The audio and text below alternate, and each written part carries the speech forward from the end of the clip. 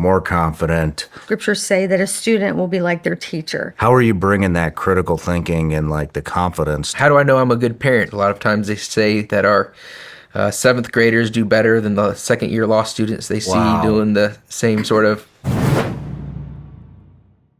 I can definitely tell a difference in the kids nowadays that are homeschooled versus not homeschooled. And you guys have brought up the fact that, you know, they're zinging questions at you. They're not just listening. They're engaged. They're asking questions and it like pepperings in their intelligent questions. And I noticed it with Jeremy's kids, my producer, and pretty much everybody's kids. They just seem more engaged, sharper, more confident, and able to hold adult conversations. Like, it's impressive, man. It's impressive. And so I want to get into the fourth grade stuff, but I also want to get into how does that happen? How's that developed? How are you bringing that critical thinking and like the confidence to pepper an adult with questions into these kids? A lot of it's just lifestyle development, like the intentionality behind the program from those, you know, weekly presentations, teaching the kids how to do that, just having them be interested in life, having the parents that they look up to, asking them good questions, not letting them just, ask a question and not answer it, but actually go look it up if they don't know it, and teaching them to go ask other adults questions. I mean, that's the thing that I think homeschoolers do more, something that you can't get in private school, is you just, in public school and private school, you have one teacher, and that's the person that you go ask questions about. Mm-hmm.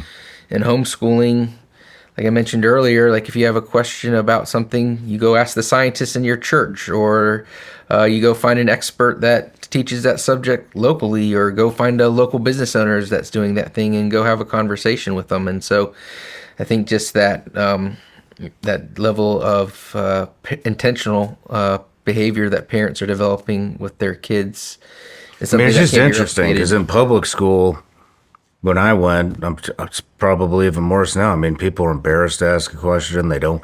You see it in adult rooms. Mm-hmm. You know what I mean? They don't want to raise their hand or talk to you. They don't want to, exactly. They don't want to raise the hand. They don't want to ask the question. They're embarrassed to ask the question.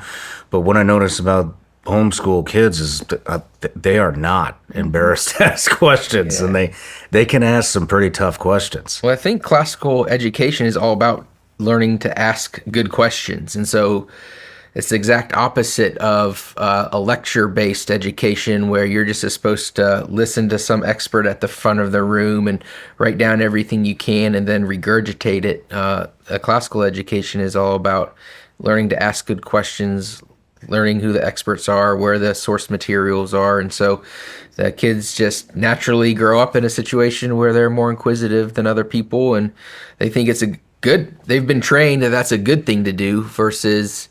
Right, if someone's lecturing and you stop, I didn't get that last thing. Can you repeat that? Right, that's an interruption in their space, and so that's frowned upon. Right, that's so it's the exact opposite. Just the mentality that homeschool parents have with a education, like, oh, the sun rises from the east to the west. Why is that? You know, oh, the ripples are forming on the ocean. Like, why is it low tide? Why is it high tide? You know, and you're just asking kids questions all day to see what they know or what they think. And since you're mentoring them in that manner, that's the same way that they're going to grow up and go. So I have a friend who's 20 years older than me that was one of my mentors, and she always reminds us that the scriptures say that a student will be like their teacher. And so if your teacher is somebody that you have just for a couple hours a week, and there's new ones the next year, you don't even get to fall in love and know what they think. And then today, with all the online education, she says, do parents want their children to be like a plastic box? Right? The homeschoolers that are intentional, they just spend the time with the children. So the children, that's their model. That's what they're going to be like. So if you're a curious parent, you're going to have curious kids. If you're not a curious parent, you might luck out and get some curious kids, but that's not going to be the intention that you have with them. So something else, though, is that... I think you mentioned at the very beginning about how parents are nervous. Like, can I do this? Can I do that? And can I do a good job? And I think that motivates them and propels them to do a good job. Like, how do I know I'm a good parent? Well, you care. That's already. Like the fact that you ask that question indicates that you are on a pathway to being a good parent. And so, how do I know how can I educate my kids? Just the fact that you have that question or are willing to ask it means that you're got a really good chance of doing a really good job. Well, you guys have my wife fully on board, and the interview is not even over yet. So, and really, I mean, me too. But unless something drastic changes in the last half of this interview here, but let's pick up at the fourth grade level. Yeah, so in fourth grade, we have what's called our Essentials program, and the Essentials of the English language, and that's when we start teaching them how to write and how to write well. And we use this program by Andrew Pudewa called IEW, and it really just, again, it's a model. So we take some of the best writings through history and start having our fourth graders and fifth graders and sixth graders modeling it. And then at the end of the year, they do what's called Faces of History, where they pick a character out of history and write a 3-page or 3-paragraph or longer, depending on the age group, presentation on them. And then at the end of the year, we would do a big capstone, is what we call them in classical conversations, where they present their faces of history. And so they go, and, you've got 15 kids, 8 to 15 kids, depending on how many classrooms you have of that, and they're all presenting on different historical people. And so it's a very intentional writing program is really what Essentials is about. And the Faces of History is the audience is supposed to guess who they are based on the presentation. So they can't say the name of who they are. So it gives them a little bit of a, like, will they trick the parents or won't they trick the parents? Kind of thing. And so again, the audience fourth asks the student questions, and the audience is the parents. The audience is the parents and grandparents, people like that. And so they'll go and they'll, if they're talking about, George Washington, they'll probably, dress up and be like, I was a general in the war, I got shot 6 times, or, all those details, and, tell about some facts and some stories. And then, they'll say, all right, who do you think I am at the end? And then the parents will guess. So we're practicing their presentation skills, practicing having them look people in the eye, practicing their stage presence. And so they'll do that 4th, 5th, and 6th grade, along with, diving deeper into that memory work that they're doing. And then they'll head off into the challenge program, which is, as my mom was describing earlier, those 6 challenges where we put all the building blocks together for leadership and go back through history and read, who struggled with what were those things going on, reading about Booker T. Washington, and learning about, slavery, the truth about that stuff, not some woke version and not some whitewash version, but what was actually going on in people's minds. Doing each year has a special event at the end of it. So they do things like Challenge A's, they do a science fair. So that's a big focus, along with drawing the map from memory.